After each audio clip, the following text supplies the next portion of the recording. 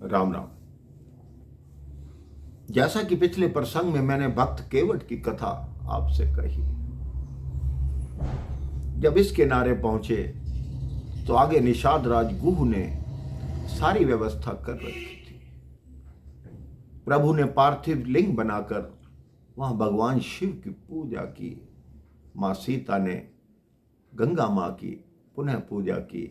गंगा मां ने कहा, हे जानकी, मैं तुम्हें क्या आशीर्वाद दूं? बस यही आशीर्वाद है कि तुम अपने पति और देवर के साथ सकुशल वापस लौटोगे। अब प्रभु राम निषाद राज गुह से कहते हैं कि आप भी लौट जाइए। निषाद राज ने कहा, नहीं, आपके लिए पर्णकुटी का निर्माण करके मैं वापस लौट आऊंगा। अब यात्रा आगे बढ़ती है। तीनों प्रयागराज पहुंचते हैं। वहां प्रभु श्री राम प्रयागराज को प्रणाम करते हैं और बताते हैं कि यह तीर्थराज प्रयाग है। उसके पश्चात प्रभु मां जानकी, लक्ष्मण जी और निषाद राज ऋषि भारद्वाज के आश्रम में आते हैं। भारद्वाज आश्रम उन्हें देखकर गदगद हो जाते हैं। निषाद राज गुह आश्रम के बाहर खड़े रहते हैं। वो कहते हैं कि हमें ऐसे आश्रमों में प्रवेश की आज्ञा नहीं है, लेकिन प्रभु श्री राम उनका हाथ पकड़ के उन्हें अपने साथ अंदर ले जाते हैं। ऋषि भारद्वाज के आश्रम में प्रभु ने रात्रि विश्राम किया।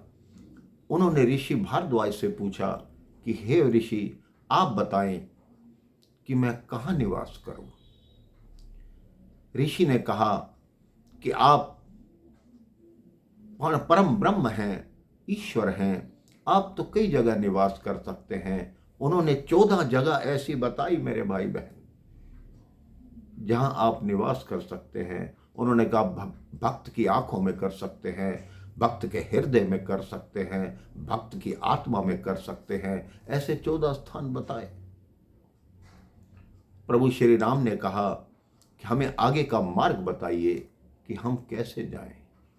ऋषि भारद्वाज ने अपने 4 शिष्यों को उन्हें मार्ग दिखाने को कहा और कहा, आप चित्रकूट की तरफ चले जाइए, वहां बहुत सारे ऋषि मुनियों के आश्रम हैं, वहां आप बिल्कुल ठीक से रहेंगे।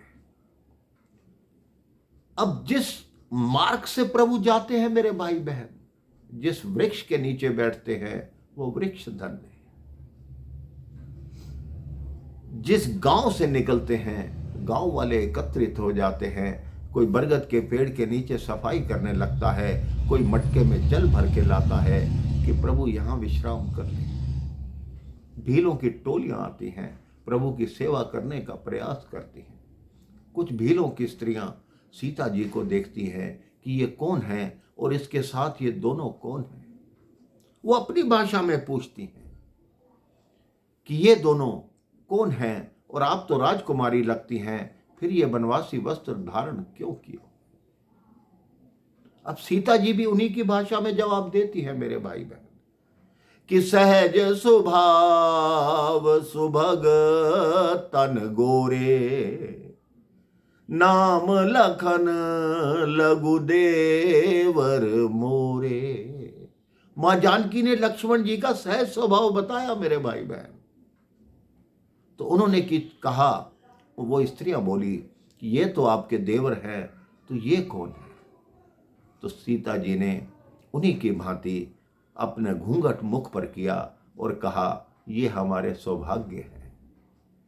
वो स्त्रियां बोली, राजकुमारी होकर भी इसमें कितने संस्कार हैं, हमारी जैसी भाषा बोलती है। सबका मन मोहते हुए प्रभु आगे चले। उन 4 शिष्यों ने चित्रकूट का मार्ग बताया और उसके बाद वो 4 शिष्य लौट आए। अब प्रभु चित्रकूट में प्रवेश करते हैं। ऐसी पावन धरती है मेरे भाई बहन चित्रकूट, जहां प्रभु ने निवास किया। कभी आपको अवसर मिले तो चित्रकूट के दर्शन करके अवश्य आइए। कहते हैं कि चित्रकूट चिंताहर, चिंता को हरने वाला चित्रकूट है। उस चित्रकूट में प्रभु की पर्णकुटी बनाते हैं। निषाद राज वापस लौट जाते हैं। अब आगे की कथा कि किस तरह महामंत्री सुवंत अयोध्या में वापस पहुंचे और वहां क्या दशा हुई, मैं आपको अगले प्रसंग में बताऊंगा। राम राम, जय श्री राम।